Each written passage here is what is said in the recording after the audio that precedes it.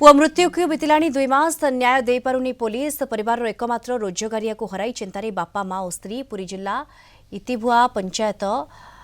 पितापड़ा गाँव आसी घटना एवं एक धान कल काम करी परिवार प्रतिपोषण करुले दलित परिवार जीवन भोई तेबे पुआ निखोज नहीं गत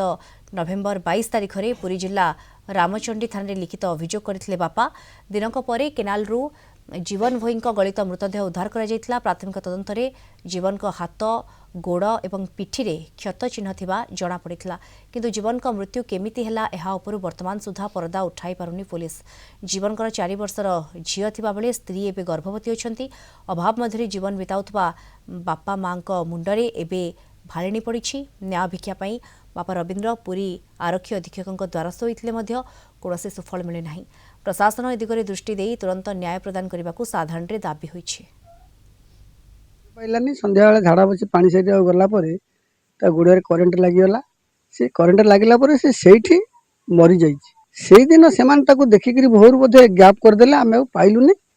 न पाइबा हेतु से आसिक आम गोटे थाना मिस केस कलु सका सका कहले लोक जे तुम कालिया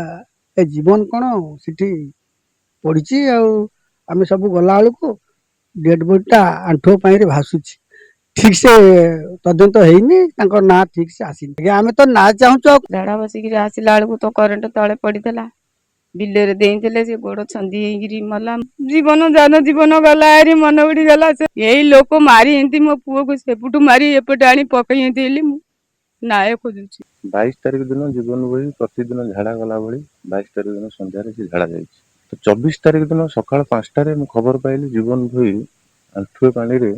चौदपा शंकर निकटरे भासुची बोली मोटे खबर आसला मृत जीवन भोईर बापा रवीन्द्र भोई को न्याय प्रदान करने